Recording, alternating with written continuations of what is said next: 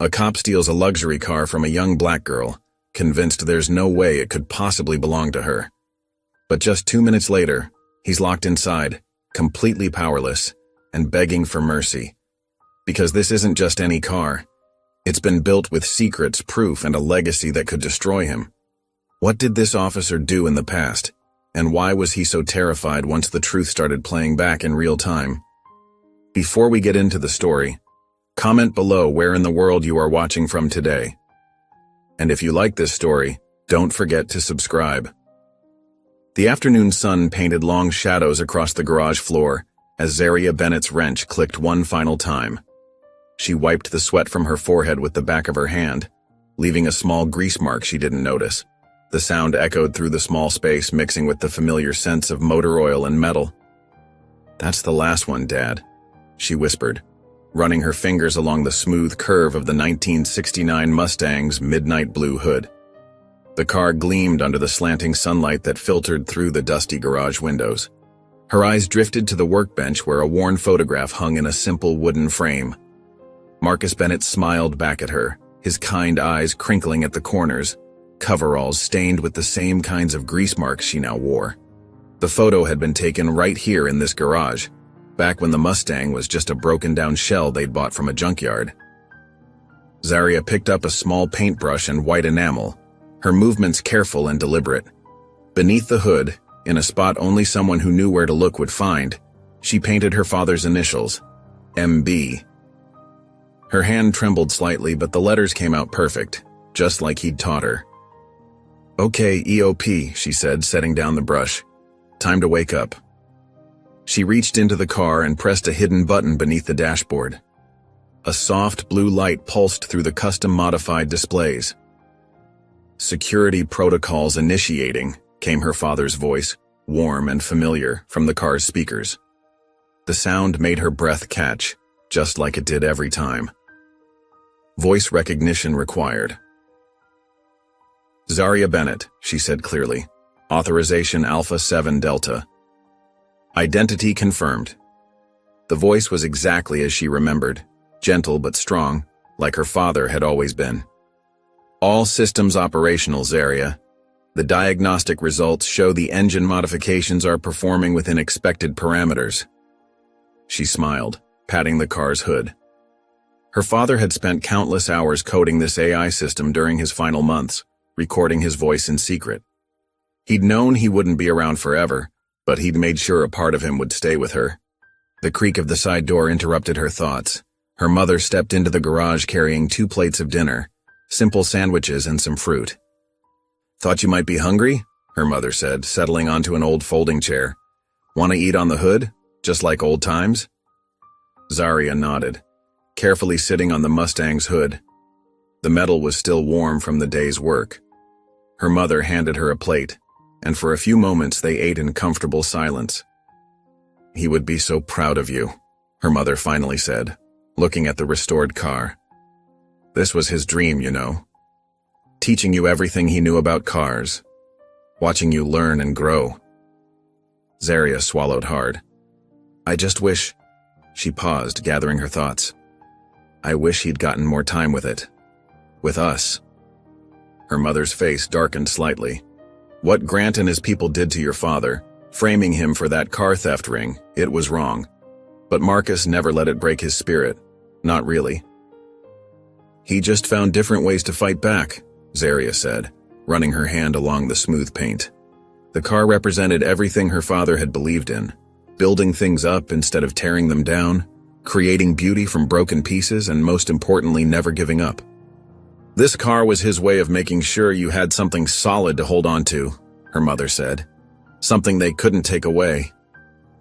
Zaria nodded, thinking about the long hours she and her father had spent in this garage before his imprisonment, how he'd taught her about every part and system.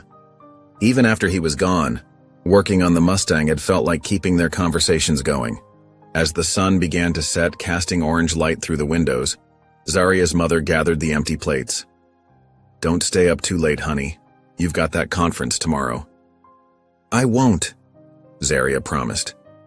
She watched her mother leave, then went to her room to pack her bag for the morning. The Black Girls in STEM mentorship event was important, another way to honor her father's memory by sharing knowledge with others, just as he had shared with her. She laid out her conference outfit, a professional blazer and slacks, along with the pass she'd received as a young speaker. At 23, she'd already made a name for herself in AI development. Though few knew about EOP, her father's last and greatest creation. Back in the garage, Zaria connected her laptop to the car's systems. Running overnight diagnostics, she said. Initiating full system sync, her father's voice responded. Sleep well, Zaria. She touched the hood one last time before heading to her room. Through her window, she could see the garage where the Mustang waited. More than just a car. It was her father's legacy, his way of protecting her even after he was gone. As she lay in bed, Zaria thought about how far they'd come from that first day when they'd towed the broken-down Mustang home. Her father had looked at that rusted shell and seen possibility. Sometimes the things that seem the most broken, he told her, just need someone to believe in them. She closed her eyes, letting the quiet hum of the house settle around her. Tomorrow would bring new challenges, but tonight, in the garage below, her father's voice lived on in the heart of the machine they'd built together. The next day, the morning sun spilled through Zaria's curtains, painting warm stripes across her bedroom floor. Her alarm hadn't gone off yet, but she was already awake, her mind running through the day ahead. The Black Girls in STEM conference had been marked on her calendar for months, a red circle around this date that seemed to pulse with possibility and purpose.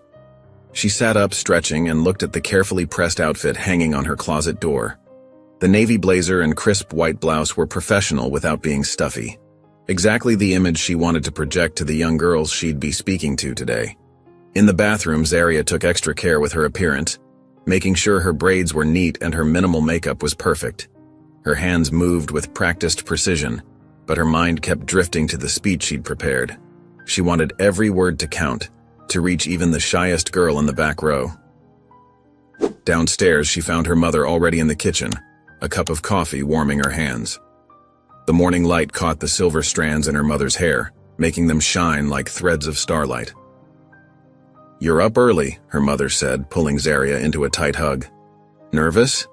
"A little," Zaria admitted, pouring herself a cup of coffee. "I keep thinking about what Dad would say if he were here." Her mother's eyes softened. "He'd tell you to show them exactly who you are." She set down her coffee cup and reached for something in her pocket. "Speaking of your father, I've been waiting for the right moment to give you this." In her mother's palm lay a simple silver necklace. The pendant was small and rectangular, catching the morning light as it turned. Zaria picked it up carefully, reading the engraved words, "Proof always wins." "Your father wore this every day," her mother said quietly. Even during the trial. He said as long as we kept searching for the truth, kept gathering proof, justice would have to follow."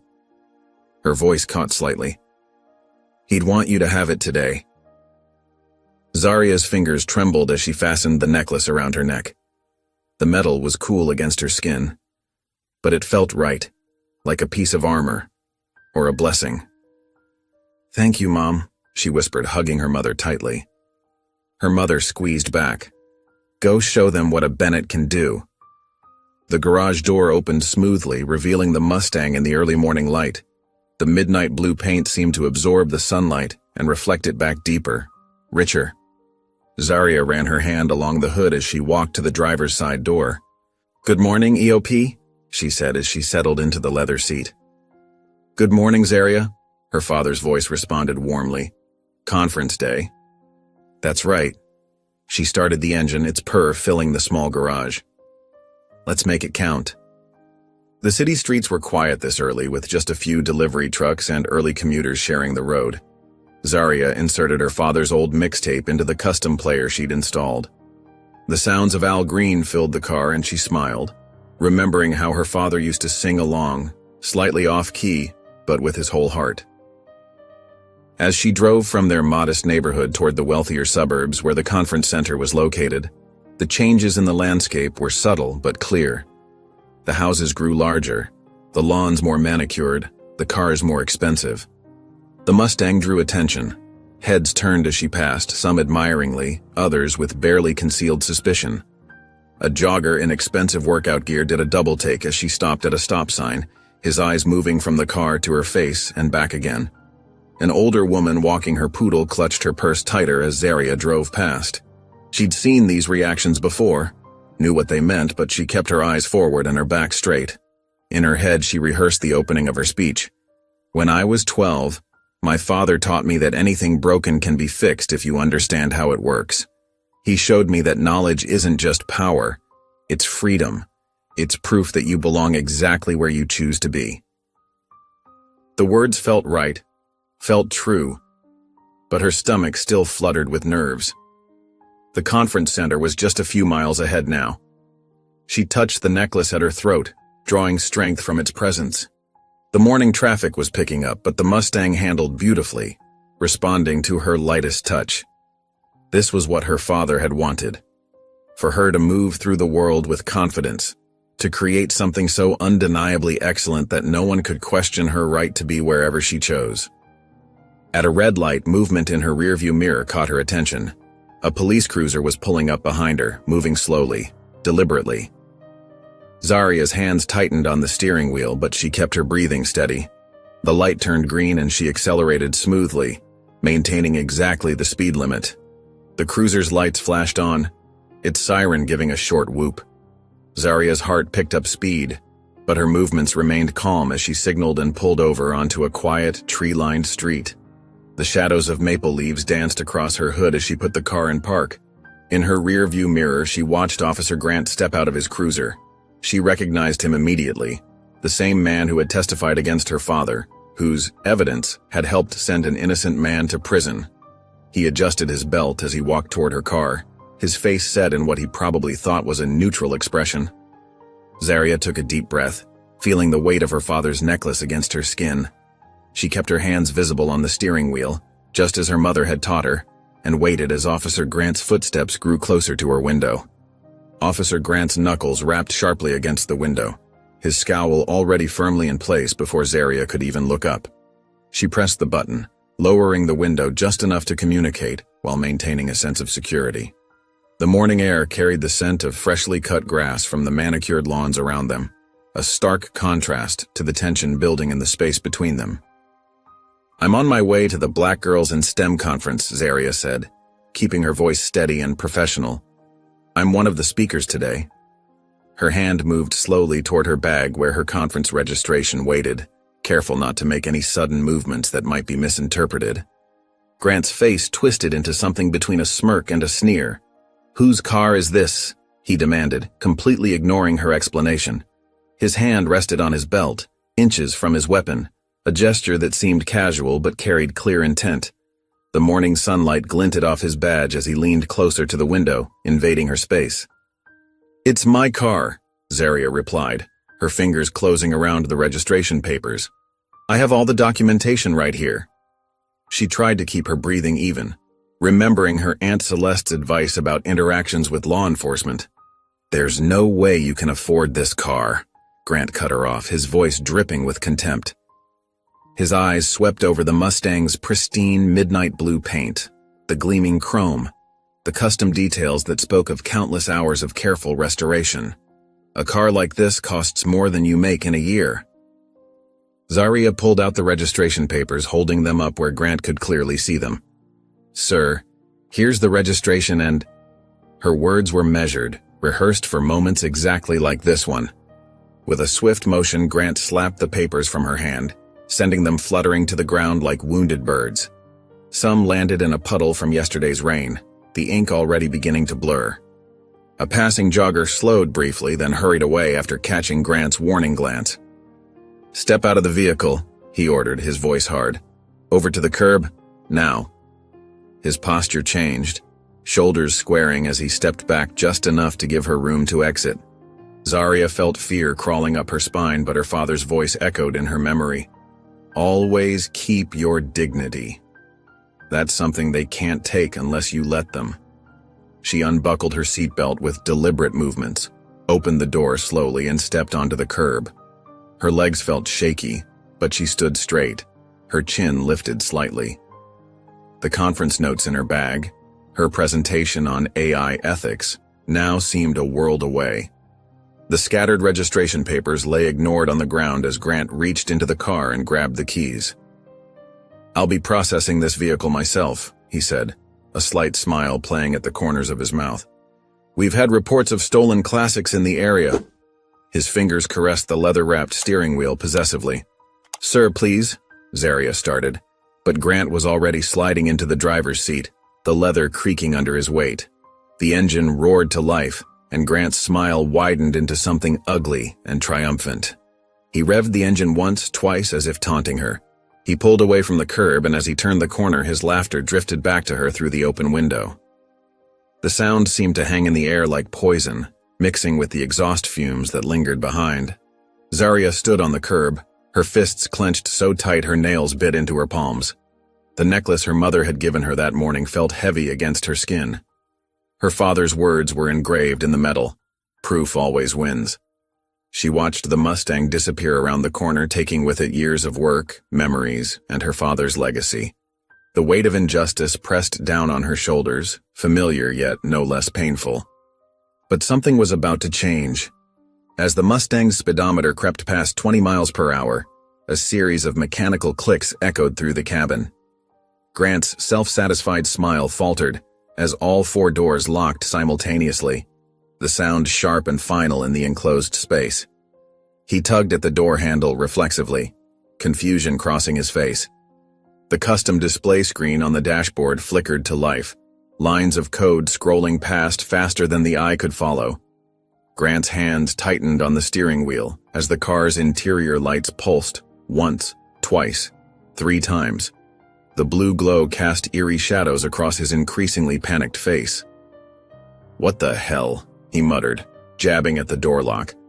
Nothing happened. He tried the windows next, but they remained firmly in place. Sweat beaded on his forehead as he pounded the dashboard with his fist. Then, through the car's speakers came a voice that made Grant's blood run cold. It was a voice he hadn't heard in years, a voice that belonged to a man he'd helped put behind bars, a man who had died shortly after his release. The voice was calm, measured, with the same quiet dignity Grant had always resented. "Unauthorized access detected," Marcus Bennett's voice said, calm and clear as if he were sitting right there in the passenger seat. "Activating legacy protocol." The words filled the cabin, seeming to come from everywhere at once. Grant's face, reflected in the rearview mirror, drained of all color as the voice of a dead man filled the car, and the realization of his situation began to sink in. His hands trembled slightly on the wheel as the car continued forward, now seemingly with a purpose of its own. Inside the Mustang, Officer Grant's composure crumbled as he slammed his palm against the steering wheel. The leather-wrapped wheel absorbed the impact without a sound, making his outburst feel small and futile. He yanked the key from the ignition and jammed it back in, twisting it violently. The engine remained silent. "This is Officer Grant requesting immediate backup," he barked into his radio. But instead of the usual crackle of dispatch, he heard only dead air. The radio's display flickered, showing only scrolling lines of code. EOP's interface illuminated the dashboard with a soft blue glow. Text appeared on the screen. "Scanning officer identification." Grant's badge number and department ID appeared, followed by a rapid cascade of database searches. His personnel file materialized, then disappeared, replaced by a growing list of internal affairs investigations. "What is this?" Grant muttered, his voice tight with barely controlled panic. He pulled out his phone, but it showed no signal. The car had become a technological cage, systematically stripping away his authority and control. The AI's voice, Marcus Bennett's voice, filled the cabin again. "Accessing sealed records. Multiple instances of misconduct detected. Pattern analysis indicates systematic abuse of authority." Dates and case numbers scrolled past. Complaints of excessive force, racial profiling, wrongful searches. Many had been sealed, buried in administrative paperwork, but EOP pulled them into the light one by one. Grant's face grew paler with each revelation. A small red light began blinking on the dashboard. "Secondary recording protocol initiated," EOP announced. "Livestream active. All interactions now being archived to secure server." Outside on the curb, Zaria's hands had stopped shaking. She pulled her phone from her pocket, her fingers finding Aunt Celeste's number without looking. The call connected on the second ring. Aunt Celeste? Zaria's voice was steady now, focused. I need your help. Officer Grant just took Dad's car. He threw my registration on the ground and drove off with it. Where are you? Celeste's voice was sharp, already in motion. Papers rustled in the background. Are you safe? I'm on Oak Street near the intersection with Madison. I'm okay, but he just... Zaria swallowed hard. He just laughed when he took it. Listen carefully, Celeste said. Start recording everything. Use your phone's video function. Document the scattered registration papers, the location, everything. I'm on my way. Stay exactly where you are. The car security system activated, Zaria added. EOP is running. There was a brief pause on the line. Good, Celeste said finally. Your father knew what he was doing. I'll be there in 10 minutes. Back in the Mustang, Grant's attempts to call for backup grew more desperate. He pressed every button on the radio, but EOP maintained its override. The sealed cabin felt smaller with each passing moment, the air growing thick with tension. The car's speakers crackled and a new recording began to play. It was Marcus's voice again, but different this time. More intimate, as if speaking to someone close by. The sound of tools clinked in the background. You see, baby girl, Marcus's voice said, clearly addressing a younger Zaria. Sometimes the system isn't built to protect everyone equally. Some folks abuse their power because they think their badge makes them untouchable. Grant's jaw clenched as he recognized the date Marcus was discussing. The day of his arrest, the day Grant had planted evidence in another classic car. But the truth always finds a way, Marcus's voice continued. That's why we document everything. That's why we build our own safeguards. Because proof, real, solid proof, that's something they can't ignore forever. The recording continued, a father's lesson to his daughter becoming an indictment of the man now trapped in their car. Grant's hands clenched and unclenched on the steering wheel as Marcus detailed the pattern of harassment that had preceded his arrest. Zaria stood on the curb, her phone steady as she filmed the scattered registration papers, some still soaking in the puddle. She documented the street signs, the time, the exact spot where Grant had ordered her out of the car. The morning sun cast long shadows across the pavement, and in the distance she heard the familiar sound of her aunt's car approaching. Celeste's silver sedan pulled up smoothly, and she stepped out already wearing her court heels and carrying her briefcase. Her eyes took in the scene with practiced efficiency. Are you hurt? She asked first, giving Zaria a quick once-over. No, Zaria replied. But look. She pointed down the street where the Mustang sat, Grant visible through the windows, still struggling with the controls. The wail of police sirens cut through the morning air. 2 patrol cars rounded the corner, lights flashing, responding to what they thought was an officer in distress. They pulled up on either side of the Mustang, and 4 officers jumped out, hands on their weapons. He called it in as a suspect trying to escape, Celeste said quietly, her lip curling slightly. Of course he did. One of the officers approached the Mustang's driver's side window. Grant gestured frantically, pointing at the door locks. The officer drew his baton. Keep filming, Celeste instructed Zaria, then raised her voice. Officers, I'm Celeste Bennett, attorney at law. That vehicle contains evidence of multiple civil rights violations, including the wrongful seizure you're witnessing right now. Any damage to that car will be considered tampering with evidence. The officer with the baton hesitated, looking between Grant and Celeste. I've already initiated contact with the department's Internal Affairs Division, Celeste continued, her voice carrying the weight of decades of courtroom experience. Every action you take from this moment forward will be part of their investigation. The baton-wielding officer pulled back slightly, uncertainty clear in his posture. Inside the Mustang, Grant's face had turned from pale to red as he watched his backup hesitate. He mouthed something that looked like "break the window," but his fellow officers remained frozen, suddenly aware of the cameras, both Zaria's phone and the car's own systems, documenting their every move. The morning sun climbed higher as more people gathered around the peculiar scene. Residents emerged from nearby houses, drawn by the flashing police lights and the unusual sight of a classic Mustang surrounded by patrol cars. A group of teenagers, phones already recording, edged closer to capture whatever drama was unfolding. Among the growing crowd, a tall, broad-shouldered man in a fire department t-shirt made his way forward. Darnell had been on his morning walk when he noticed the commotion. His trained eye took in every detail.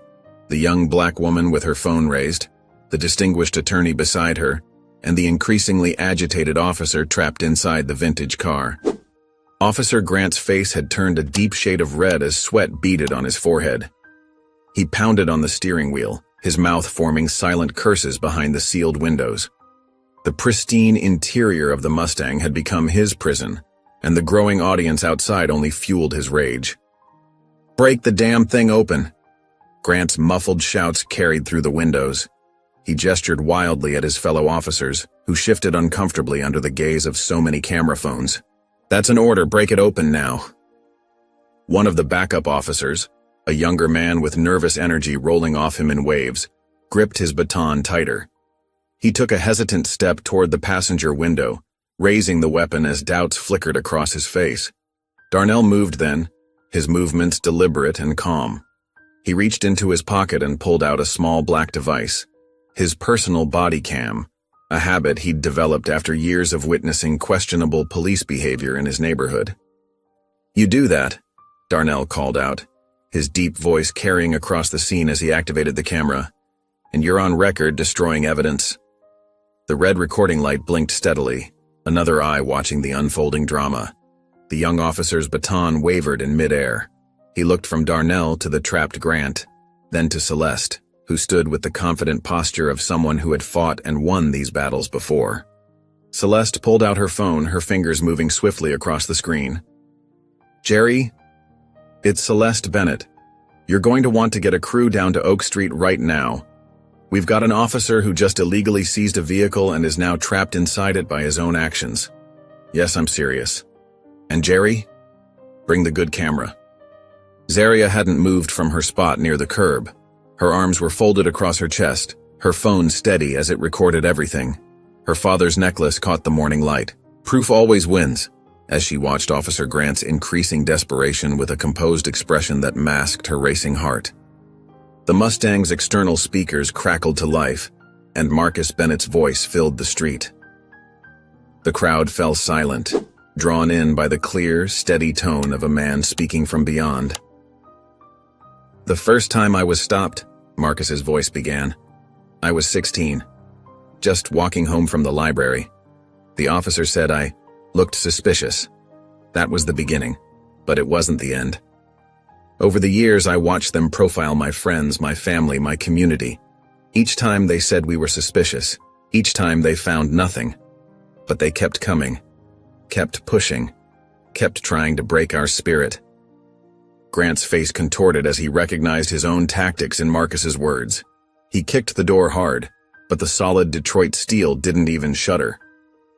"But we're not suspicious," Marcus's recording continued. "We're not threats. We're human beings asking to be treated with basic dignity.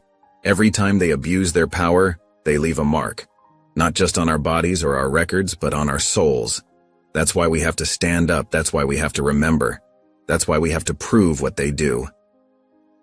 The crowd had grown larger now, people drawing closer to hear the powerful testimony playing through the car's speakers, phones raised higher, capturing every word.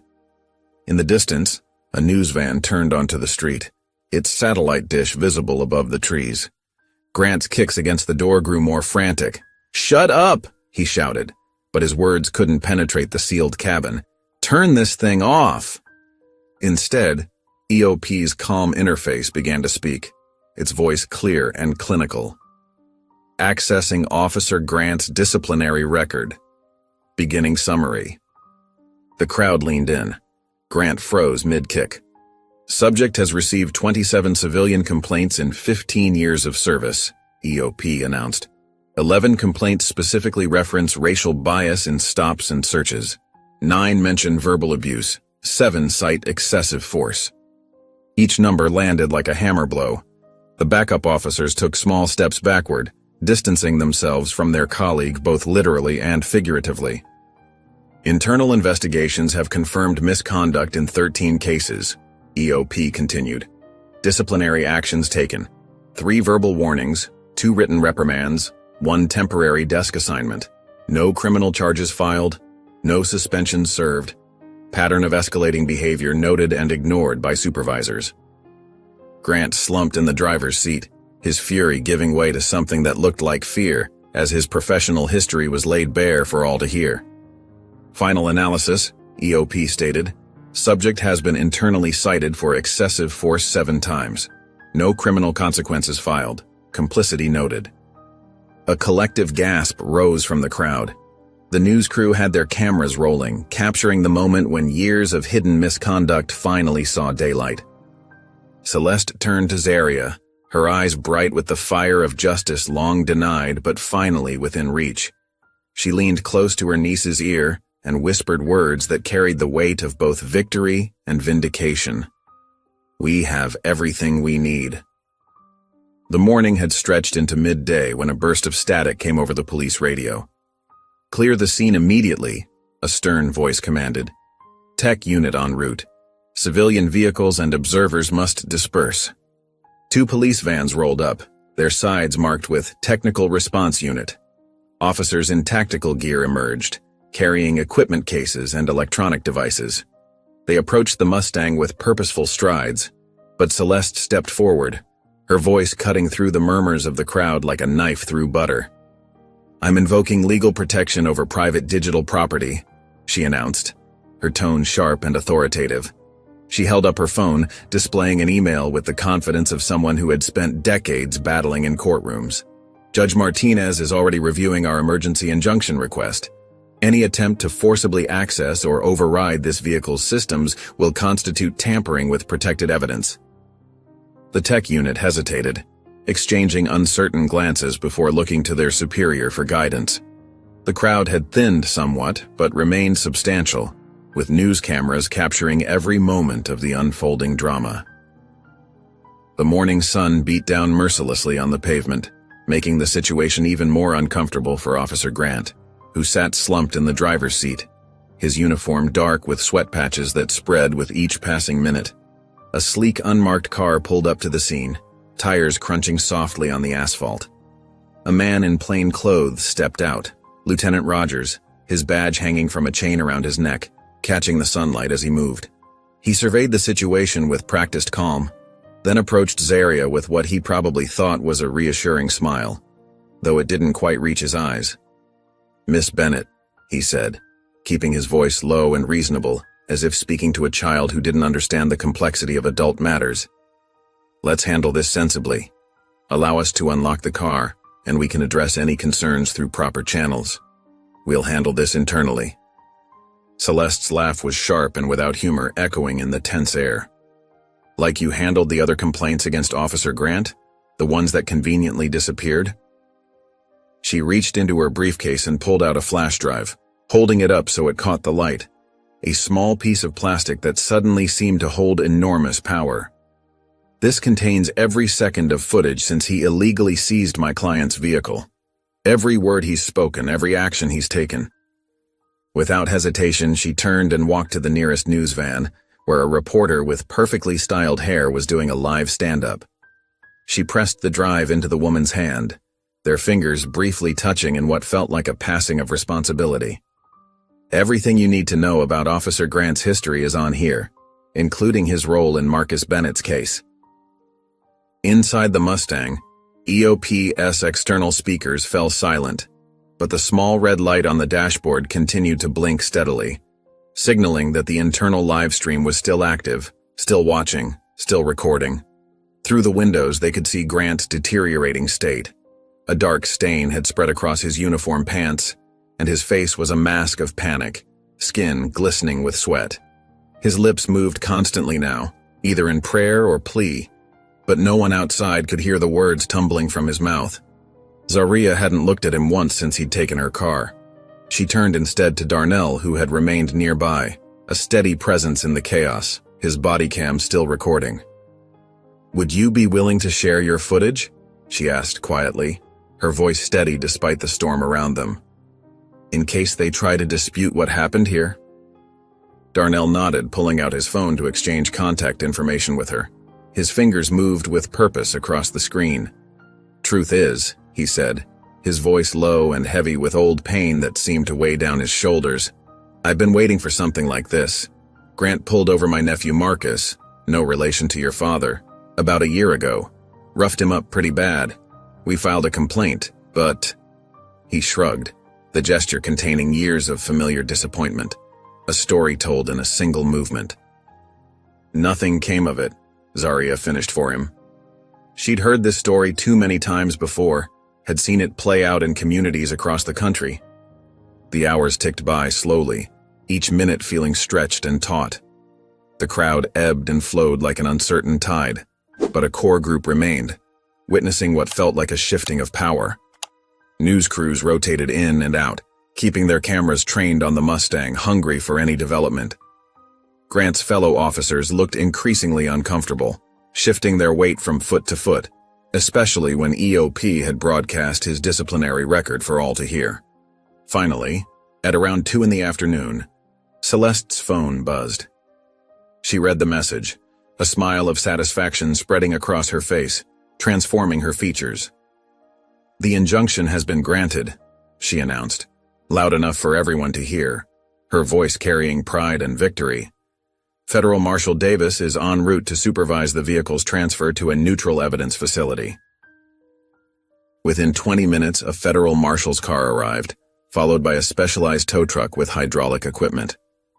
Marshal Davis, a stern-faced woman in a dark suit with perfectly pressed creases, took control of the scene with brisk efficiency that brooked no argument.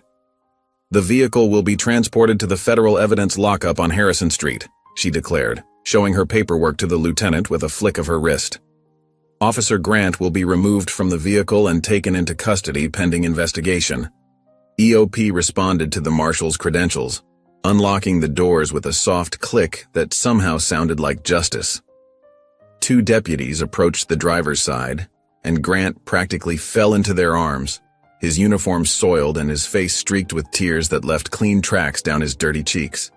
His legs barely seemed to work as they helped him stand, like a man who had aged decades in hours. "Please," he sobbed as they fitted handcuffs around his wrists, the metal catching the afternoon light. "Please, you don't understand. I was just doing my job. I was just—" "Save it for internal affairs," Marshal Davis cut him off, nodding to her deputies to place him in their vehicle, her face impassive as stone. As the patrol car carrying Grant pulled away, Zarya watched it disappear around the corner, the red taillights fading from view. Her father's words echoed in her mind, from all those hours they'd spent working on the Mustang together, his patient hands guiding hers on tools that once felt too big for her grip. Her voice was barely above a whisper as she said, "That's the first bolt unscrewed." The evening sun cast long shadows across the driveway as Zarya and Celeste pulled up to the modest 2-story house they called home. The day's events had left them both physically and emotionally drained. Zarya's mother waited on the front porch, wringing her hands with nervous energy until she saw them emerge from Celeste's car. "Thank God you're both okay," she said, wrapping Zarya in a tight hug before turning to embrace her sister-in-law. "I've been watching the news all day." Zarya managed a tired smile. "I'm fine, Mom. Just need to grab my overnight bag from the trunk. Everything else can wait until tomorrow." The Mustang sat in their driveway, its metallic paint gleaming in the fading light. After the federal marshal had verified the chain of custody, she'd allowed Zarya to drive it home under supervision. The car seemed different now, not just her father's legacy, but something more. Zarya pressed the trunk release button and the lid popped up with a gentle click. She reached for her overnight bag, but something caught her eye. A slight irregularity in the trunk's rear panel lining. In all the hours she'd spent restoring the car with her father, she'd never noticed it before. Her fingers found a small tear in the fabric, barely visible unless you knew where to look. Carefully, she pulled at the edge, and the entire panel came loose, revealing a hidden compartment behind it. There, wrapped carefully in clear plastic, was a worn leather folder. Her heart skipped a beat when she saw the label written in her father's neat handwriting. Case Notes, MB. "Aunt Celeste," she called out, her voice barely above a whisper. "I think you need to see this." Celeste appeared at her side, her eyes widening as Zaria carefully removed the folder from its hiding place. They carried it inside to the kitchen table, where Zaria's mother had already started brewing a pot of coffee. They all sensed this would be a long night. With trembling fingers, Zaria unwrapped the plastic. The folder's leather was soft with age, its edges worn smooth from handling. As she opened it, papers spilled out across the table. Yellowed pages covered in her father's distinctive handwriting, photocopied court transcripts with sections highlighted in fading yellow, detailed diagrams of various cars with dates and locations noted in the margins. "Look at this," Celeste said, picking up a sheet filled with badge numbers and dates. "These are all officers involved in auto theft cases between 2005 and 2010. Her eyes narrowed as she scanned the list. "Some of these names, I've seen them before, in cases I tried to bring forward over the years." Zaria's mother sat down heavily in a chair. Marcus never stopped investigating even after... Her voice trailed off, unable to finish the thought. But it was what lay at the bottom of the folder that made Zaria's breath catch in her throat. A photograph, its colors slightly faded but still clear, showed a younger Officer Grant and another man, his partner at the time, standing proudly next to a black sedan. The caption read, "Recovered stolen vehicle," with a date and timestamp. Celeste leaned in closer, her legal mind already connecting the dots. That timestamp. "Zaria, this photo was taken 3 days before your father was arrested. The car he was accused of stealing was already in police possession," Zaria finished, her voice tight with anger and realization. "They had it the whole time. They planted the evidence." Her aunt was already pulling out her phone, taking pictures of every document. "This is why those cases kept getting shut down," she muttered, more to herself than the others. "Every time I tried to file a lawsuit against the department, it would get settled quietly, or dismissed on technicalities. They were protecting a whole network, not just individual officers." Zaria spread the documents across the table, trying to make sense of her father's investigation. His notes were meticulous. Dates, times, locations, all carefully documented. He'd been building a case, piece by piece, even as the system worked to destroy him. "Why didn't he use this evidence?" Zaria's mother asked, picking up the photograph with trembling hands. "Because he couldn't," Celeste replied, her voice heavy with understanding. "From inside the system, with no credibility left, no one would have listened. They would have buried it, and him, even deeper." She paused, looking at Zaria. "But he made sure someone would find it when the time was right." The kitchen fell silent except for the soft hum of the refrigerator and the occasional rustle of papers. Each document they examined revealed another layer of corruption, another connection in a web of injustice that had ensnared not just Marcus Bennett, but countless others. Hours later, when her mother and aunt had finally gone to bed, Zaria retreated to her room. She sat cross-legged on her bed, surrounded by her father's carefully gathered evidence. On her nightstand stood the photo of him that she treasured most, taken in the garage, his sleeves rolled up, teaching her how to change a spark plug.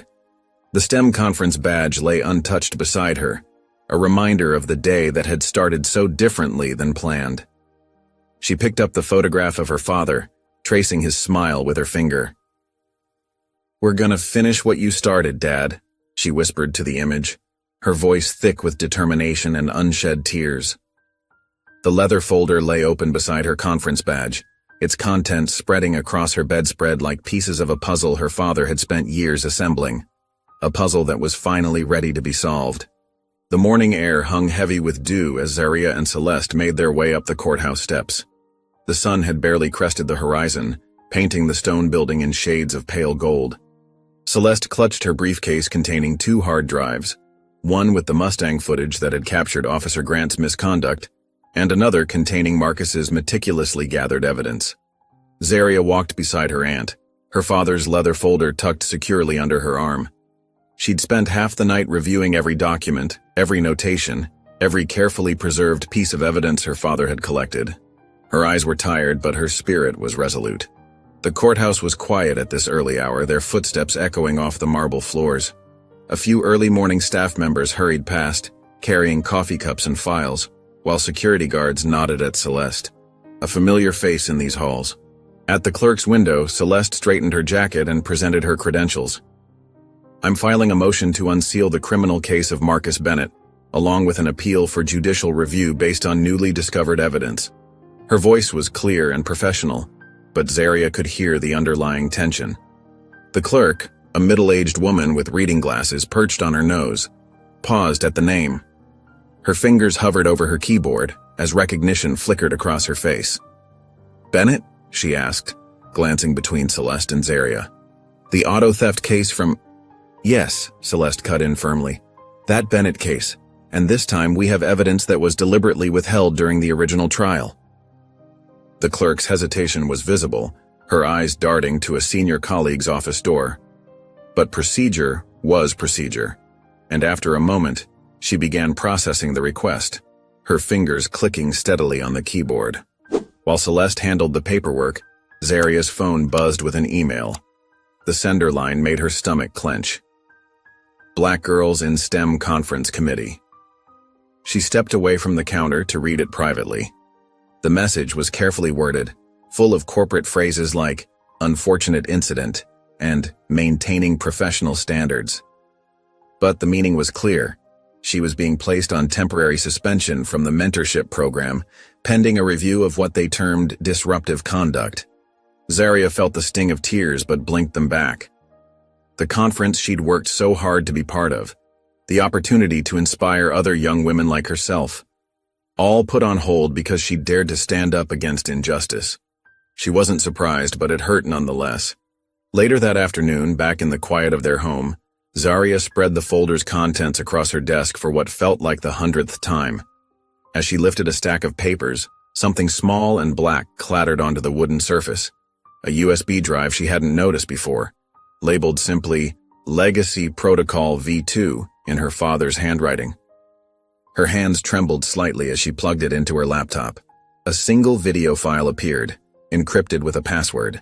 She tried her father's birthday, then her own, before finally entering the date he was wrongfully arrested. The file opened. Marcus Bennett's face filled the screen, looking younger but worn, his eyes carrying the weight of knowledge he couldn't yet share. He must have recorded this just before his arrest. Zaria called out for Celeste, who quickly joined her. "Zaria," Marcus began, his voice steady despite the tension visible in his shoulders. "If you're watching this, then you've found the evidence I've been collecting. And more importantly, they've already made their first move against you." He leaned closer to the camera, his expression intense. "Baby girl, I need you to understand something. They won't come for you once. They'll come twice, harder. The first time is to test you, to see if you'll break. The second time," he shook his head, "the second time is to bury you." Zaria felt Celeste's hand grip her shoulder as they continued watching. Marcus explained how he'd discovered the corruption, how it went beyond just a few bad officers to include judges, clerks, and administrators. He detailed the patterns he'd noticed, the way evidence disappeared, how cases got buried. "But you've got something I never had," Marcus continued, a slight smile touching his lips. "You've got preparation. You've got proof. And most importantly, you've got people in your corner who know how to fight the right way." The video continued, Marcus providing additional context to his notes, explaining connections that might not be obvious at first glance. Finally, he sat back, his expression both proud and concerned. "If you're watching this, they've already made their move," he said, his voice growing softer but no less determined. "Now you make yours." The video ended, freezing on Marcus's face. Zaria stared at the screen for a long moment before turning to her aunt.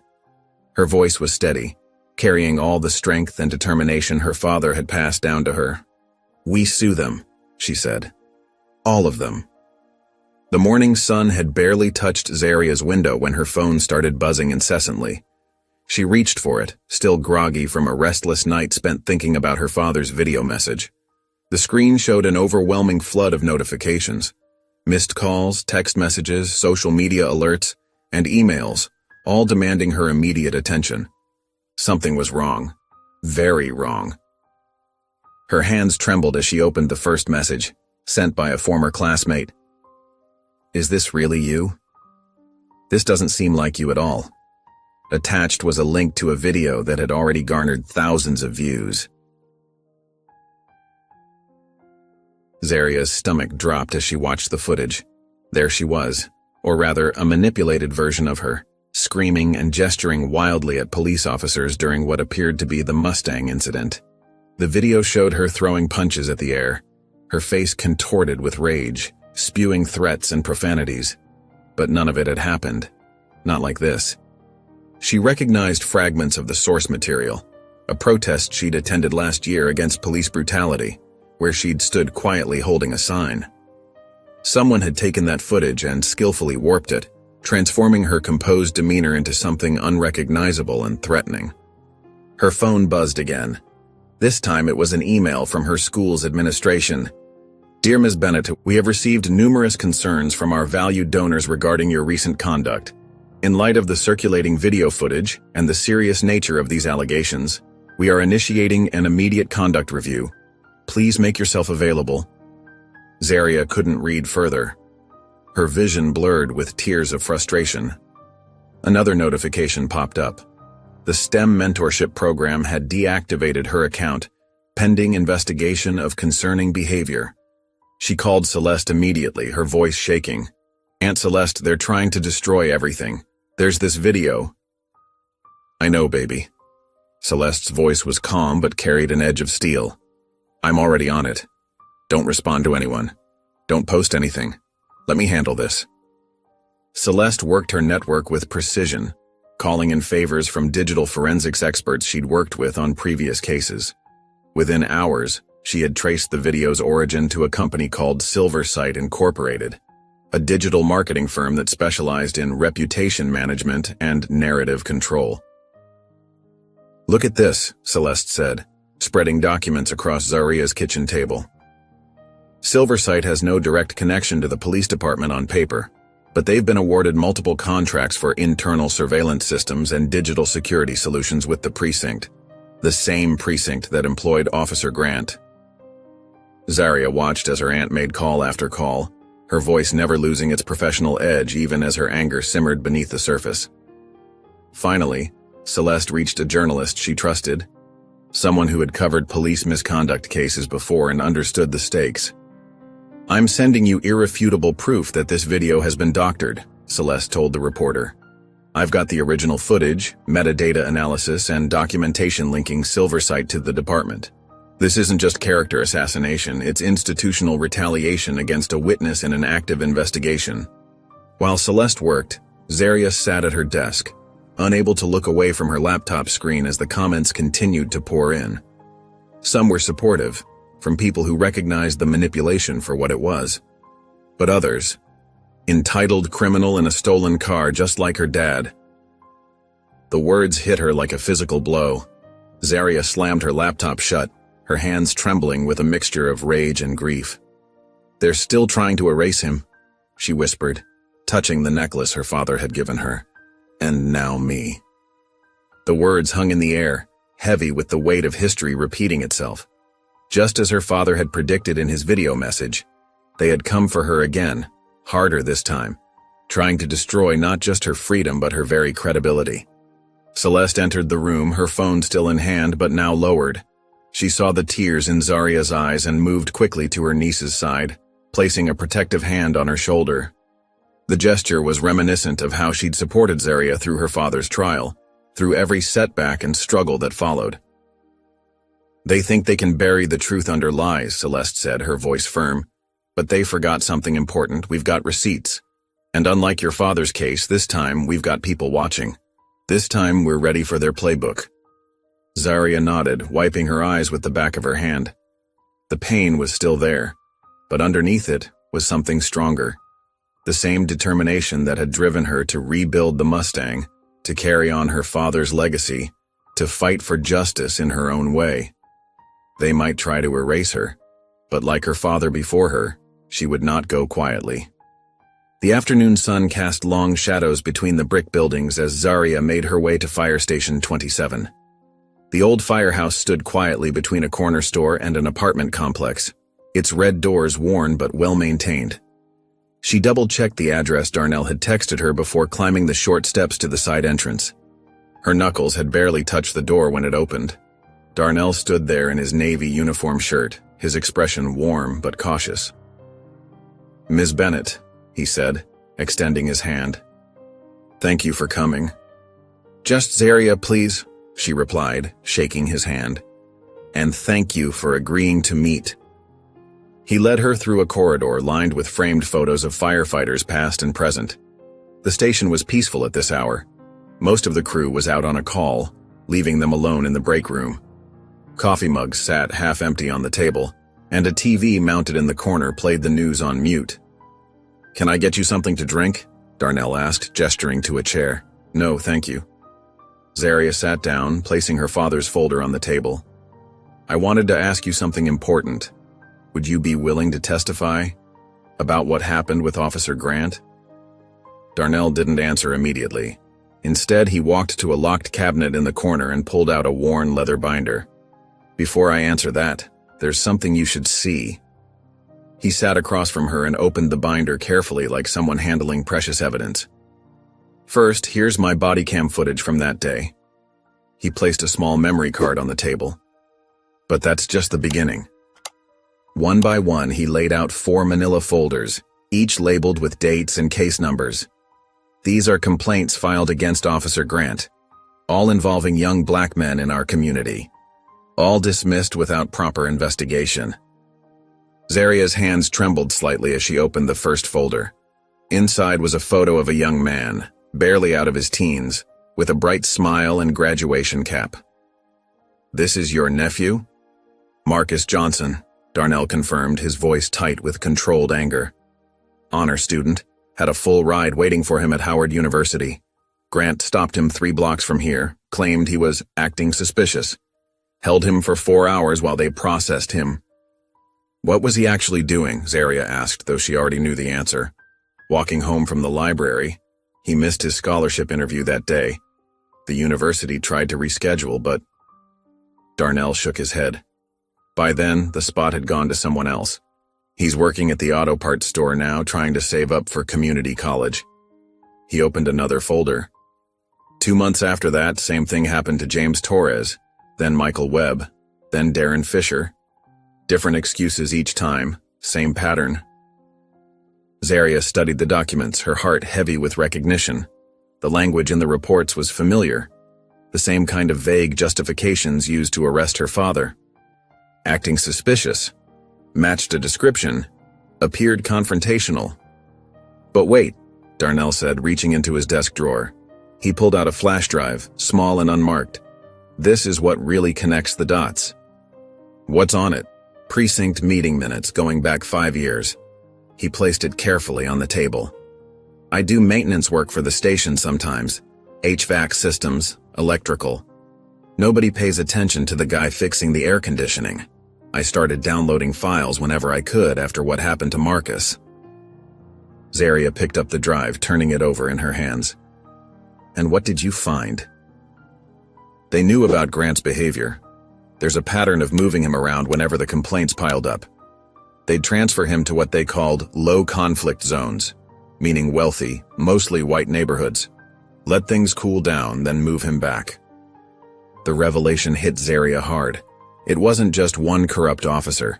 It was an entire system protecting him, hiding evidence, shuffling problems around instead of solving them. "Why did you keep all this?" she asked quietly. "It must have been risky." Darnell's eyes met hers, filled with a mixture of sadness and determination. "Because I knew I'd need it when someone brave enough showed up." He gestured to the folders spread between them. "Someone who wouldn't just file another complaint to be ignored, someone who'd make them face what they've done." The weight of his words settled over them both. Zarya thought about her father, about Marcus Johnson, about all the others whose lives had been derailed by this pattern of abuse. She carefully gathered the folders and the flash drive, placing them in her bag. I'll testify, Darnell said firmly. Whatever you need. It's time these records saw daylight. Zaria stood overwhelmed with gratitude. Thank you, this means… I know, he nodded. Just be careful. They're not going to like what we're doing. She walked toward the exit, Darnell accompanying her to the door. The late afternoon light had grown dimmer, casting long shadows across the street. As she stepped outside, a dark police SUV cruised slowly past the firehouse. The driver turned his head deliberately toward them, making eye contact through mirrored sunglasses. The message was clear. They were being watched. The SUV continued down the street, unhurried, before turning the corner. Zaria looked back at Darnell, who stood in the doorway. He nodded grimly. They're watching now. The morning sun glinted off the courthouse's marble columns as Zaria and Celeste climbed the wide steps. Their footsteps echoed against stone, joining the growing chorus of voices ahead. A crowd had gathered, divided like a fault line down the middle of the entrance plaza. On one side, supporters held signs reading, "Justice for Marcus Bennett" and "End Police Corruption." On the other, counter-protesters waved thin blue-line flags and shouted about law and order. News vans lined the curb, their satellite dishes reaching toward the cloudless sky. Zaria's heart pounded, but her face remained composed. She wore a charcoal gray suit, her father's favorite color, and the necklace he'd given her. Proof always wins. Celeste walked beside her, briefcase in hand, her expression fierce and focused. Behind them, their legal team carried boxes of evidence and laptops. "Remember," Celeste whispered as they approached the metal detectors, "let them see your strength, not your fear." The security check seemed to take forever. Each document was scrutinized, each device examined. Finally, they made their way to courtroom 4B. The heavy wooden doors opened to reveal high ceilings, dark panels, and rows of wooden benches already filling with spectators. At the defense table, the police department's lawyers sat in expensive suits, shuffling papers with artificial confidence. Officer Grant was notably absent, still suspended pending investigation. His empty chair spoke volumes. Judge Marion Waters entered, her silver hair pulled back severely, reading glasses perched on her nose. "All rise," the bailiff called out, and the room rustled to attention. "Be seated," Judge Waters said, adjusting her microphone. "We're here today regarding case number 2023 CV4891, Bennett versus Metropolitan Police Department, a motion to reopen the criminal case of Marcus Bennett based on newly discovered evidence. Ms. Bennett, you may proceed." Celeste rose smoothly, her heels clicking against the hardwood floor. "Thank you, Your Honor. What we present today isn't just about one case. It's about a pattern of systemic abuse that spans decades. We begin with Exhibit A." She projected the photograph onto the courtroom screen, Officer Grant and his former partner, smiling beside a car identical to the one Marcus had been accused of stealing. The timestamp was clear. "This photo proves the vehicle in question was already in police possession before my client's brother was arrested," Celeste stated. "The department claimed Marcus Bennett stole this car on October 15, 2010. This photo is dated October 12, 2010. Simple mathematics tells us something is very wrong here." Murmurs rippled through the gallery. The defense lawyers shifted uncomfortably. "Furthermore," Celeste continued, "we have Marcus Bennett's own documentation." She held up the worn leather folder. "Notes, diagrams, and timestamps that correspond perfectly with maintenance records from his legitimate auto repair business. But most importantly, we have new evidence of ongoing misconduct by the same officer." The courtroom screen filled with footage from inside the Mustang, Officer Grant's recent abuse of power captured in crystal clear detail. His voice rang out, "There's no way you can afford this car." The gallery watched as he ignored Zaria's registration, took her keys, and attempted to steal her vehicle. "This isn't isolated," Celeste declared. "We have testimony from Darnell Washington, a respected firefighter, documenting similar incidents. We have precinct meeting minutes showing systematic cover-ups. And when exposure seemed imminent, we have this." She played the doctored video that had smeared Zaria online, then split the screen to show the original footage. Our technical experts traced this falsified content to Silversight Incorporated, a company that holds multiple contracts with the police department for digital services. The defense lawyer shot to his feet. Objection! This is speculation about unrelated matters. Is it? Celeste countered. We have the contracts right here. We have the metadata trail. We have proof of payment from a shell company linked to the police union. This isn't speculation. It's a documented attempt to discredit a witness using department resources. Judge Waters leaned forward, her expression grave. Overruled. Continue, Ms. Bennett. For the next hour, Celeste methodically connected the dots between Marcus's case and the present. She showed how Grant's pattern of targeting black citizens had been hidden through departmental transfers. She presented statistics on wrongful arrests in minority neighborhoods. She laid bare the machinery of institutional racism, piece by damning piece. The defense tried to interrupt with procedural objections, attempted to paint Zaria as an attention seeker, even suggested the AI system in her car was illegal. But Celeste had anticipated every attack. She produced permits, certificates, and character witnesses. She turned their own arguments against them, exposing the desperate flailing of a system trying to protect itself. Finally, Judge Waters raised her hand. The courtroom fell silent. In my 30 years on the bench, she began, removing her glasses slowly, I have seen many troubling cases. But what you've presented today. She paused, choosing her words carefully. These are some of the most alarming preliminary findings I've seen in decades. This court will take a recess to review all submitted evidence. We will reconvene in 1 week.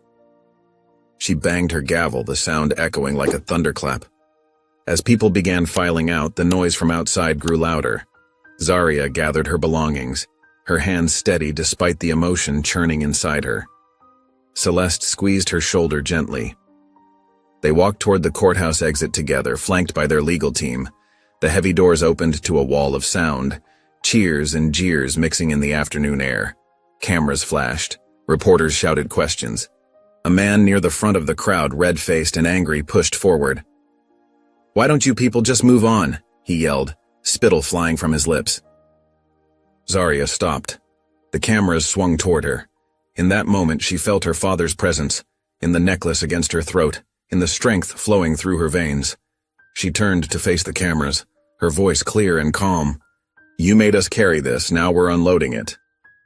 The morning light filtered through City Hall's towering windows, casting long shadows across the marble floors as Celeste and Zaria made their way to the top floor. A security guard with a crisp uniform and an earpiece led them through a maze of corridors, past oil paintings of stern-faced former mayors and polished wooden doors with brass nameplates. "You didn't have to come," Celeste whispered to her niece, though her eyes showed pride rather than concern. "Yes, I did," Zaria replied simply, straightening the collar of her navy blazer. She wore Marcus's necklace outside her shirt today, the words, "Proof always wins," catching the light. The guard stopped at a heavy oak door marked Conference Room A. He scanned his key card, and the lock clicked open with a soft beep.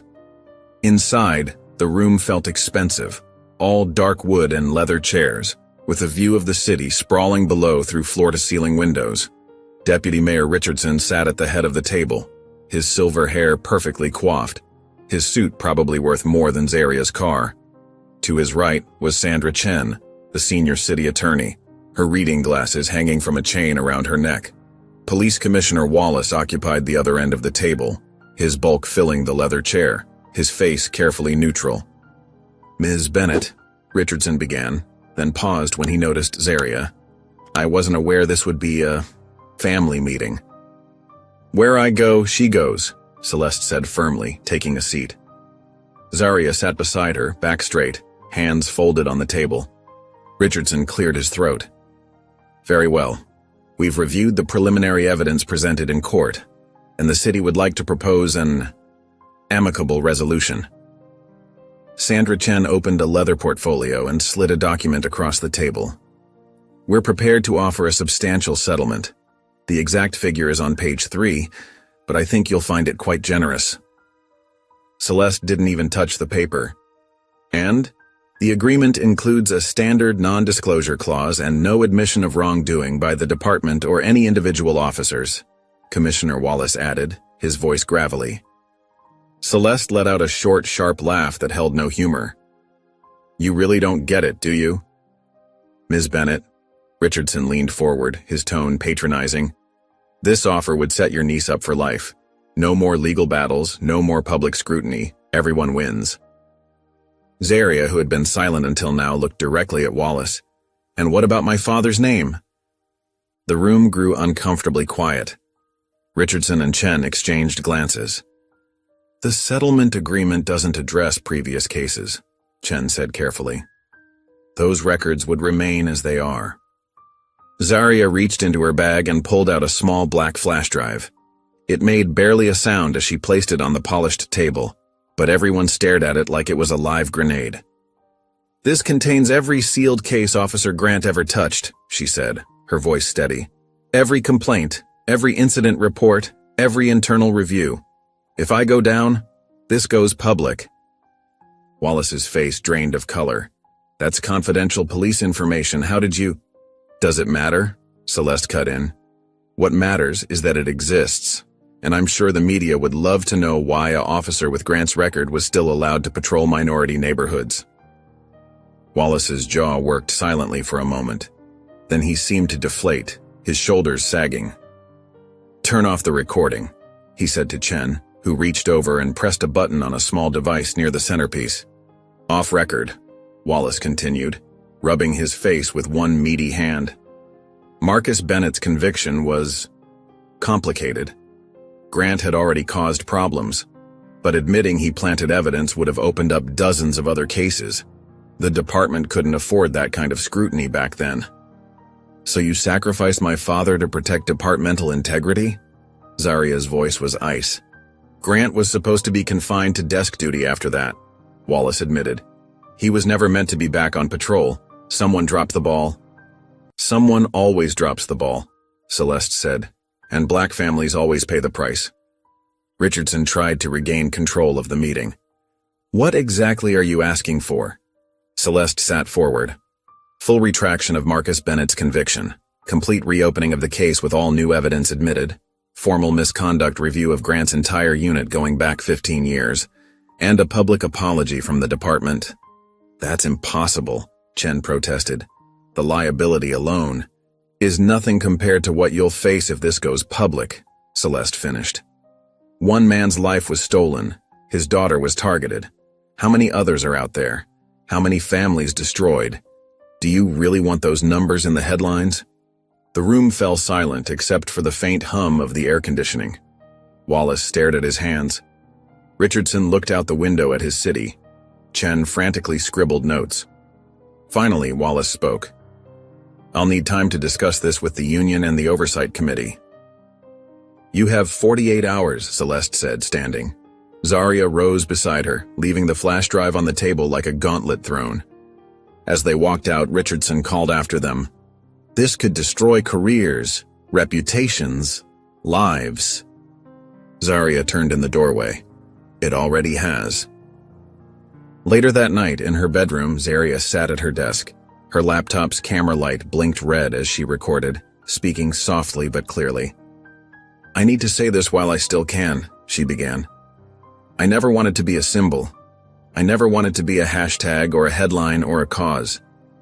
I just wanted my father to rest with his name intact.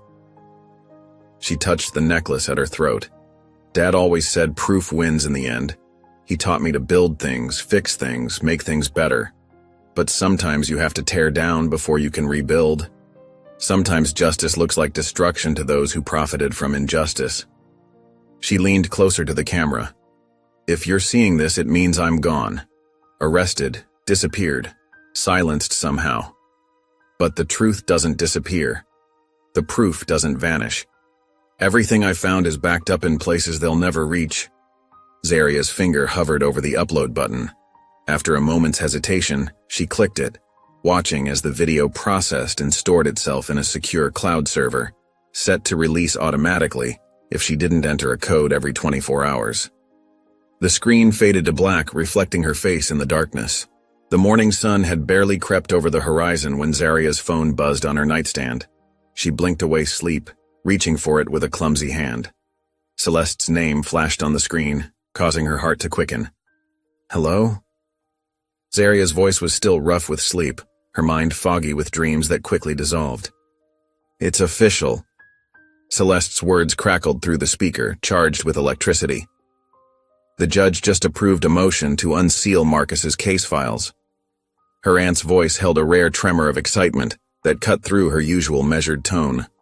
Zaria sat up straight in bed, suddenly wide awake. Her eyes drifted to the framed photo on her desk, her father's gentle smile, his eyes crinkling at the corners, his work-worn hands resting on the hood of the Mustang. The photo had been her silent companion through countless nights of doubt and determination.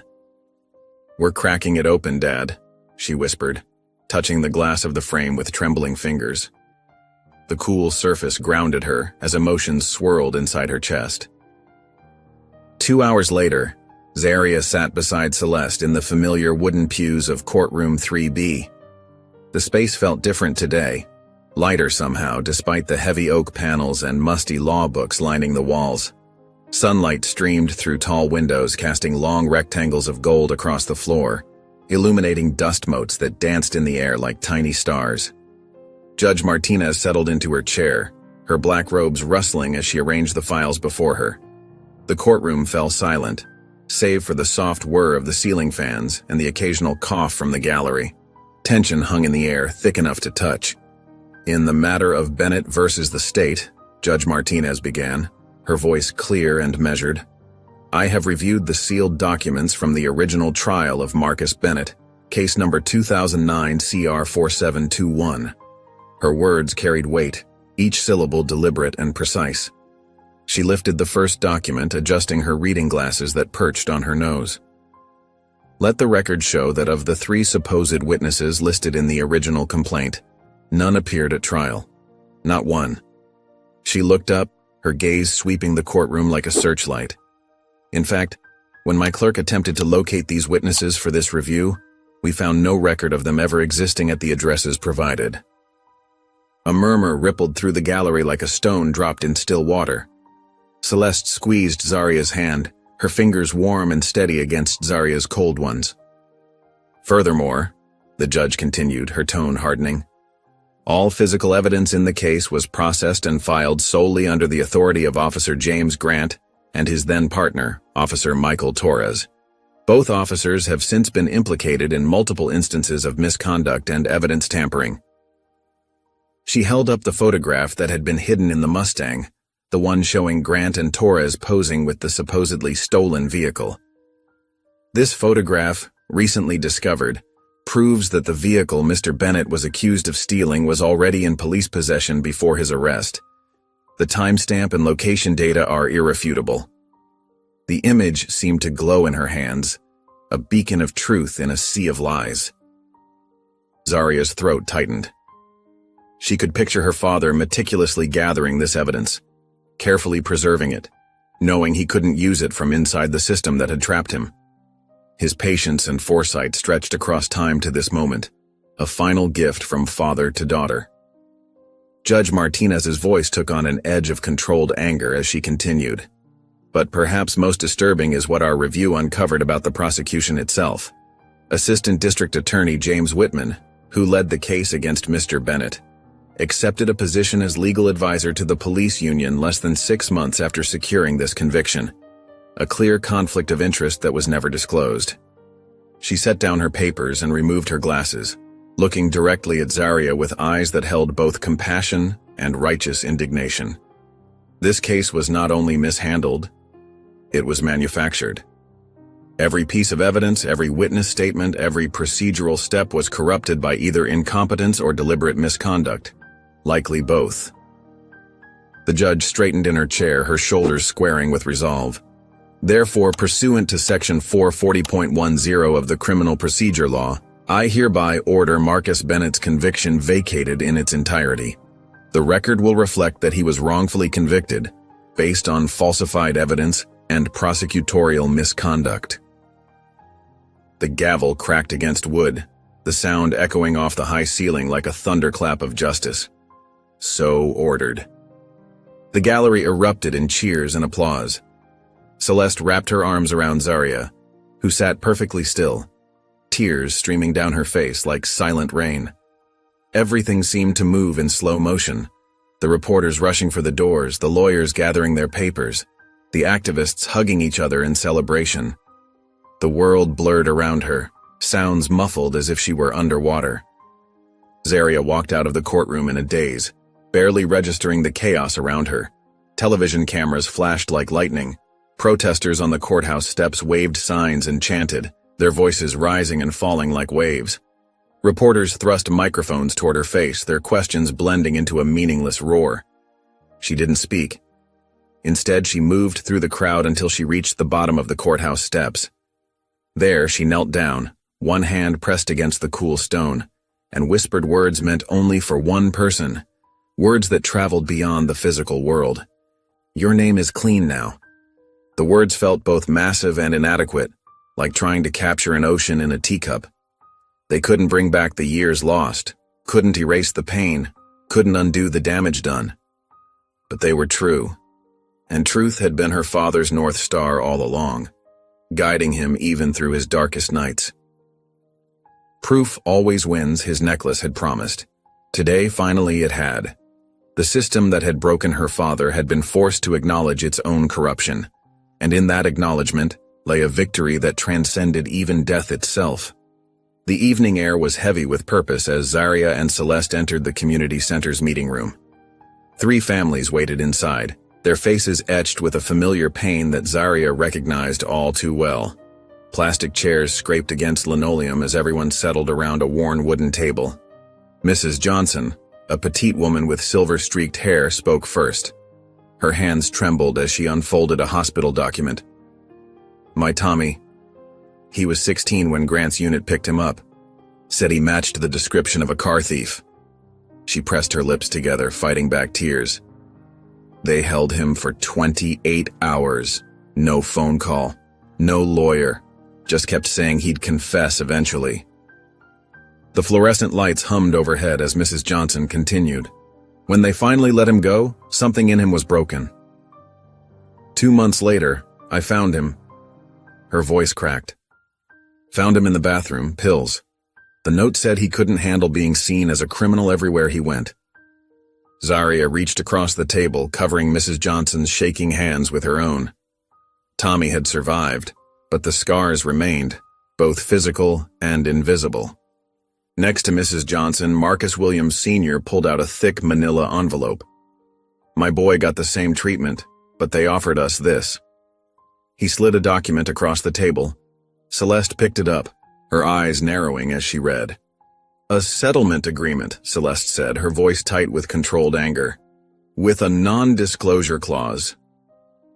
$15,000 to keep quiet," Mr. William Street said if we didn't take it, they'd make sure Marcus Jr. never got into college with a record.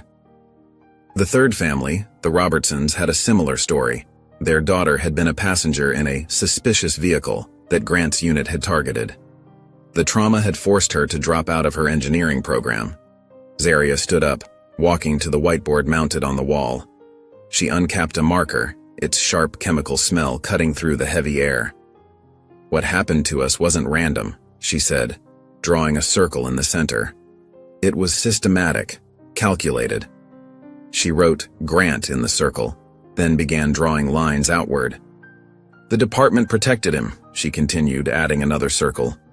"Silversite helped cover it up." Another circle. The city looked the other way. A final circle completed the diagram. She turned to face the families. "We can't just go after Grant. We need to expose the entire machine." Her voice grew stronger with each word. "I'm proposing we build something bigger than a lawsuit. Something that fights back with education, technology, and legal power all at once." Celeste leaned forward, understanding dawning in her eyes. "Project EOP." "Yes." Zarya drew a new diagram. "But not as a non-profit. As a full infrastructure of resistance. We teach kids AI programming, legal defense strategies, automotive engineering. Everything they need to protect themselves and their communities." The door opened and Darnell stepped in, still in his firefighter uniform from his shift.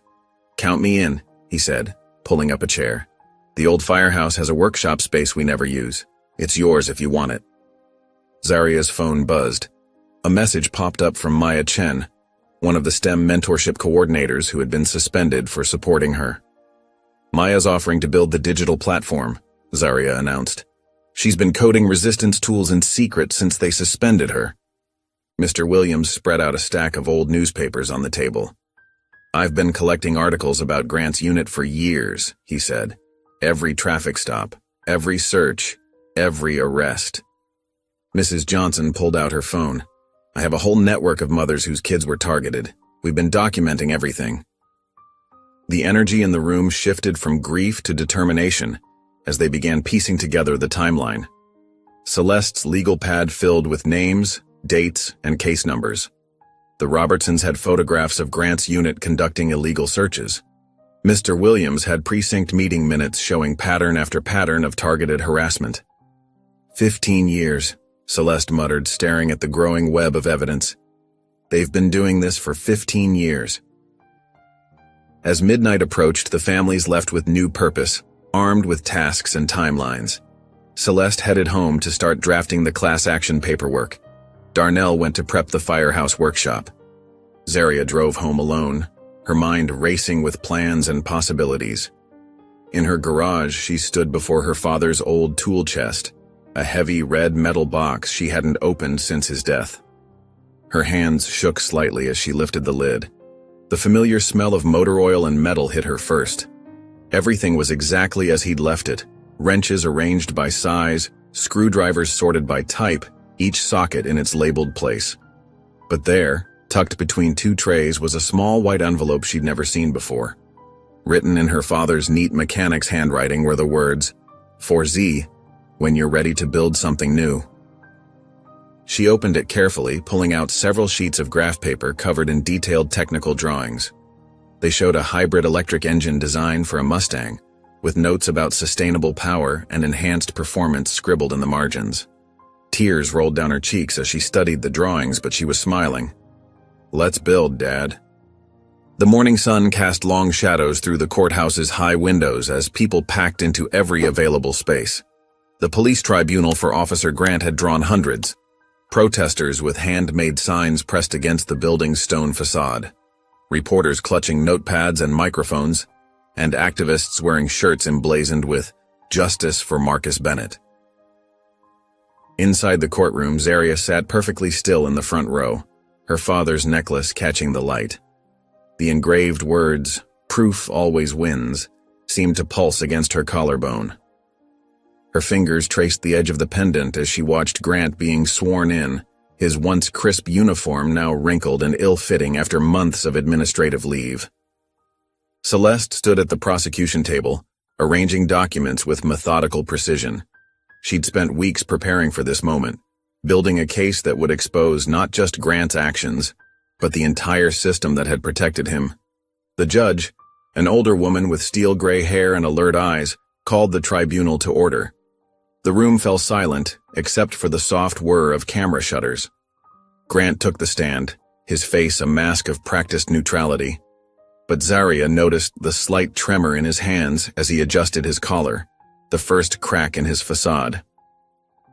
"Officer Grant," the prosecutor began, "please explain your actions on the morning of April 15th when you encountered Ms. Bennett's vehicle." Grant cleared his throat. "I observed a suspicious vehicle in an area known for auto theft. Given the make and model, I had reasonable cause to investigate." "A restored 1969 Mustang," the prosecutor clarified, "with current registration and proof of ownership readily available. Did you check those documents when Ms. Bennett offered them?" "I was following standard protocol for—" "Yes or no, Officer Grant?" Grant's jaw tightened. "No." The prosecutor nodded to a technician who pulled up the AI footage from EOP on the courtroom screens. The video showed Grant approaching Zaria's window, his body language aggressive from the start. When the footage reached the moment he slapped her registration papers away, several people in the gallery gasped. "Standard protocol, Officer Grant?" The prosecutor's voice was razor-sharp. Grant shifted in his seat. The situation was escalating. By whose actions? The prosecutor cut him off again, then turned to address the tribunal panel. Let's examine Officer Grant's history of similar protocols. Darnell's firehouse files appeared on screen. Page after page of complaints, all involving young black drivers, all dismissed or buried. Grant's face reddened as the documents scrolled past. Perhaps most telling, the prosecutor continued, is this pattern's connection to a case this tribunal recently reviewed, the wrongful conviction of Marcus Bennett. Celeste stood then, holding up a small digital recorder. The tribunal has accepted into evidence this audio recording made by Marcus Bennett before his death. It was part of a secured legacy file, intended specifically for this kind of proceeding. She pressed play. Marcus's voice filled the courtroom, steady, clear, and haunting. I'm recording this because I know how the system works. Officer Grant didn't just target me. He built his career on targeting people who look like me. I watched from my cell as he did it to others. Young men pulled over for suspicious behavior. Cars seized without cause. Lives derailed by false charges. He called it cleaning up the streets. But what he really meant was keeping us afraid, keeping us in our place. I'm leaving this testimony because I know he won't stop. And somebody needs to be ready when he comes for the next Marcus Bennett. The recording ended. The silence that followed was deafening. Grant's lawyer whispered something urgently in his ear, but Grant shook his head, his arrogance resurging. That's just the statement of a convicted felon, Grant sneered. A criminal trying to... A wrongfully convicted man, the prosecutor corrected sharply, whose case has been vacated due to your documented misconduct. And speaking of documentation, the next video was from inside the Mustang, Grant's own words during his panic-filled captivity in the AI-controlled car. His voice crackled through the speakers. Why do they always gotta act like they're victims? The judge leaned forward, her eyes boring into Grant. The mask finally cracked completely. Everyone in the room could see it now. The raw prejudice, the abuse of power, the years of systematic oppression wrapped in a badge and uniform. The tribunal panel took less than 2 hours to reach their decision. When they returned, the head panelist stood, her voice firm and clear. Officer Grant's conduct represents a fundamental betrayal of public trust and a pattern of racial discrimination that cannot be ignored. This tribunal recommends immediate termination, full forfeiture of pension and benefits, and referral for criminal prosecution. As court officers approached to escort Grant out, he turned and locked eyes with Zaria. His face twisted with a mixture of hatred and fear, the look of a man who'd finally lost the power he'd clung to for so long. Zaria met his gaze without flinching, without the slightest hint of satisfaction or revenge. Her voice carried clearly across the now silent courtroom. You were never the law. You were just scared of losing control. 1 week after the tribunal, Zaria stood in the center of a vast empty garage on the east side of town. Sunlight filtered through grimy windows, casting long rectangles across the concrete floor. The air smelled of old motor oil and possibility. Peeling paint curled from the walls like autumn leaves, and exposed pipes traced industrial patterns across the ceiling. She held a rolled blueprint in her hands, occasionally consulting it as she walked the perimeter. Her footsteps echoed in the empty space. The building wasn't much to look at now, but the community had rallied together to secure it for Project EOP. Every step she took sparked visions of what could be. Workbenches lined with tools, computers humming with code, young minds learning to protect themselves through technology and knowledge. The main garage door squeaked open and a group of people filed in. Contractors in work boots carried measuring tapes and tablets, while 2 engineers discussed electrical requirements. Behind them came a cluster of teenagers, some wearing coding club t-shirts, others in automotive shop jackets from the local high school. Their excited whispers bounced off the bare walls as they took in the potential of the space. This is really happening, one girl whispered, her eyes wide as she took in the space. She ran her fingers along an old workbench, as if already imagining the projects she would build there. Darnell's fire truck pulled up outside, its red paint gleaming against the building's weathered exterior. He and two other firefighters began unloading equipment, toolboxes, work lights, and basic safety gear they'd gathered from various stations around the city. The sound of their boots on concrete and friendly banter added life to the empty garage. "First delivery," Darnell called out, wheeling in a cart of power tools. The union took a vote. Anything decommissioned but still working comes here first. His smile was wide and genuine, pride evident in his stance as he surveyed the space. Zarya smiled, marking off another item on her checklist. "This is perfect, Darnell. Thank you." She squeezed his arm in gratitude, the gesture saying more than words could. A young woman with purple-streaked hair and multiple laptops set up at a folding table in the corner. Maya, the coder friend who'd stuck by Zarya through the STEM program controversy, waved her over excitedly. Her fingers flew across the keyboard with practiced precision.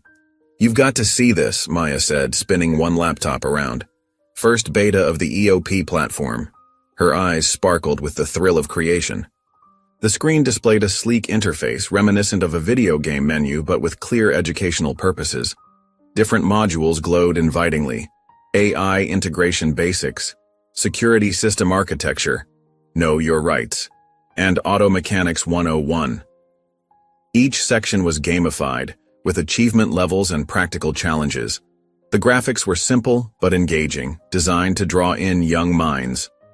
The legal defense module pulls from actual case law, Maya explained, clicking through demonstrations. Kids learn their rights while earning points and unlocking new skills.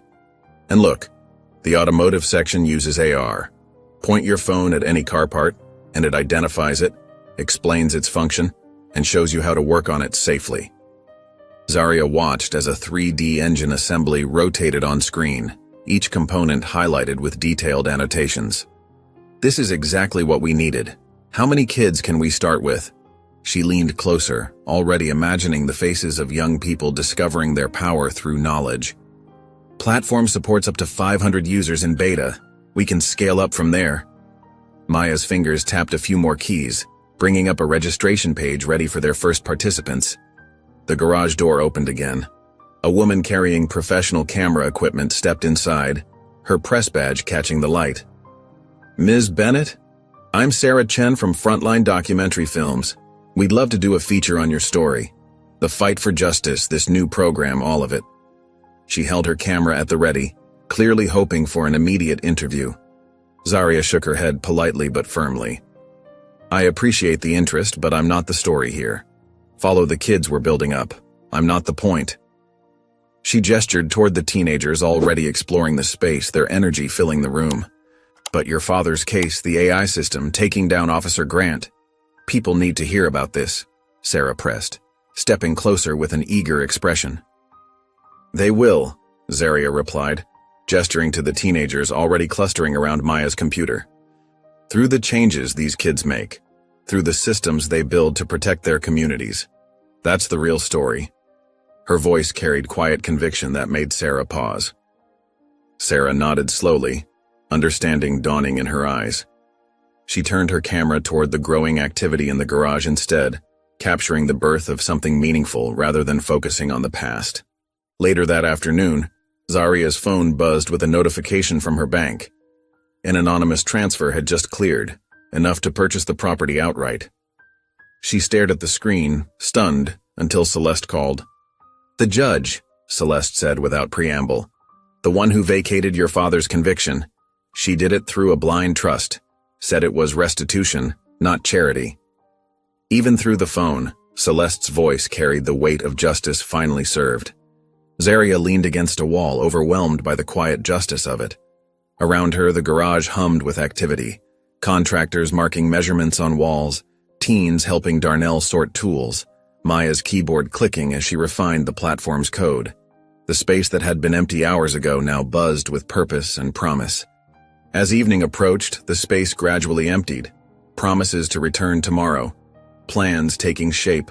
Hope building with each small step forward. Handshakes and hugs exchanged at the door carried the energy of a movement just beginning to find its strength. Finally alone, Zarya sat on an overturned crate, unwrapping a sandwich her mother had packed. The empty garage felt different now, full of echoes and possibilities. She pulled out her phone and played her father's final AI message, letting his voice fill the space. The familiar words washed over her. His warnings about the system, his hopes for the future, his faith in her strength. When the message ended, Zaria looked around at the bare walls and empty floor that would soon become Project EOP's headquarters.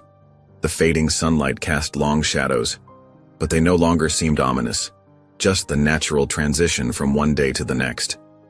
"I know what to do now," she said aloud, her voice steady in the darkness. "You built the car, I'll build the road." Her words hung in the air, a promise and a pledge that seemed to make the very walls of the garage stand a little straighter. The certified letter arrived on a Tuesday morning, its official markings stark against the white envelope. Zaria stood at her front door, examining the return address from the state correctional facility. Her hands didn't shake as she signed for it, though her heart beat a little faster when she recognized the inmate number. Number 32871. Officer Grant, or rather, former Officer Grant. Inside, she sat at her kitchen table, the morning sun casting long shadows across the wooden surface. The envelope felt heavy, weighted with more than just paper. She opened it carefully, methodically, the way her father had taught her to handle important documents. The handwritten letter inside was 3 pages long, the penmanship neat and controlled, probably written and rewritten several times before being sent. Zaria unfolded the pages, smoothing them flat against the table's surface. "Dear Ms. Bennett," it began, "I don't expect you to read this and I wouldn't blame you if you threw it away, but I need to write it anyway." The words that followed were a confession, an apology, a plea for understanding. Grant wrote about his training, about the subtle and not-so-subtle ways he'd been taught to view black civilians as threats. He described how the department's culture had reinforced his biases, how promotions and praise came easier when you kept certain neighborhoods in line. "I was trained to fear people like you," he wrote, "to see threats where there were none, to assume the worst about your father, about you, about anyone who looked like you. It wasn't right. It was never right." The letter continued, describing his first months in prison, how being on the other side of power had taught him clarity. He wrote about watching the news coverage of his case, seeing the evidence mount, realizing how many lives he'd damaged or destroyed. "I know sorry isn't enough," the letter concluded, "but I am sorry, and I ask for your forgiveness, not because I deserve it, but because carrying this weight of what I've done is unbearable. I see now what I couldn't or wouldn't see before." Zaria read the letter once, her expression unchanging. The words were filled with guilt, heavy with self-pity and empty regret. She didn't cry. She didn't crumple the pages or throw them across the room. She didn't feel anger surge through her body. Instead, she felt a deep, quiet certainty about what needed to be done. She changed into a simple black dress, picked up her car keys, and drove to the cemetery where her father was buried. The late afternoon sun cast long shadows across the headstones, and a gentle breeze rustled through the nearby trees. Marcus Bennett's grave was well maintained, with fresh flowers from her mother's visit earlier that week. Zaria sat cross-legged on the grass beside the headstone, running her fingers over the engraved letters of her father's name. She pulled out Grant's letter and began reading it aloud, her voice clear and steady in the quiet cemetery. "Dear Ms. Bennett," she began, reading each word without rushing, letting them fall into the space between her and her father's stone. The breeze picked up slightly, turning the pages as she read. When she finished, Zaria sat in silence for several long moments. Then she reached into her bag and pulled out a crisp sheet of white paper. With deliberate movements, she folded it perfectly, creating sharp, clean creases. She slipped the blank page into the return envelope Grant had provided. Back home, Zaria sealed the envelope carefully. She didn't add any note, any explanation. The blank page would say everything she needed to say. She drove to the post office and dropped it in the outgoing mail slot, watching it disappear into the darkness below. Later that evening, as she sat at her desk reviewing blueprints for the EOP garage renovation, her phone buzzed with a news alert. She clicked it open to find a major development. The federal case against Grant's former unit was moving forward. The headline mentioned her evidence as the foundation of the investigation. Multiple officers now faced indictments for systematic civil rights violations, evidence tampering, and abuse of power. The article detailed how the investigation had expanded beyond Grant himself, reaching into the department's upper ranks. Prosecutors were using the AI footage, Darnell's Firehouse files, and Marcus's hidden documentation to build a case against the entire corrupt system that had protected officers like Grant for decades. Zaria walked through the quiet streets to the EOP garage, unlocking the heavy door and stepping into the cavernous space. The Mustang sat in its usual spot, moonlight gleaming off its polished surface. She slid into the driver's seat, running her hands over the familiar steering wheel. The AI system hummed to life, sensing her presence. In Marcus's gentle voice, EOP spoke softly through the speakers. "You gave them proof. But more than that, you gave them a plan." Zaria's fingers traced the outline of her father's necklace, the words, "Proof always wins," catching the dim light. "No second chances," she whispered into the quiet car. "Just better beginnings." Months had passed since the tribunal, and the old garage had undergone a remarkable transformation. What was once a peeling, empty shell now hummed with energy and purpose. The Project EOP Youth Lab's grand opening drew a steady stream of visitors through its newly installed glass doors. Inside, polished concrete floors stretched beneath bright LED lights. Classic cars lined the walls like sleeping giants, each one a project waiting to happen. Rows of workstations filled the central space, where teens in navy blue jumpsuits moved with purpose between diagnostic equipment and computer terminals.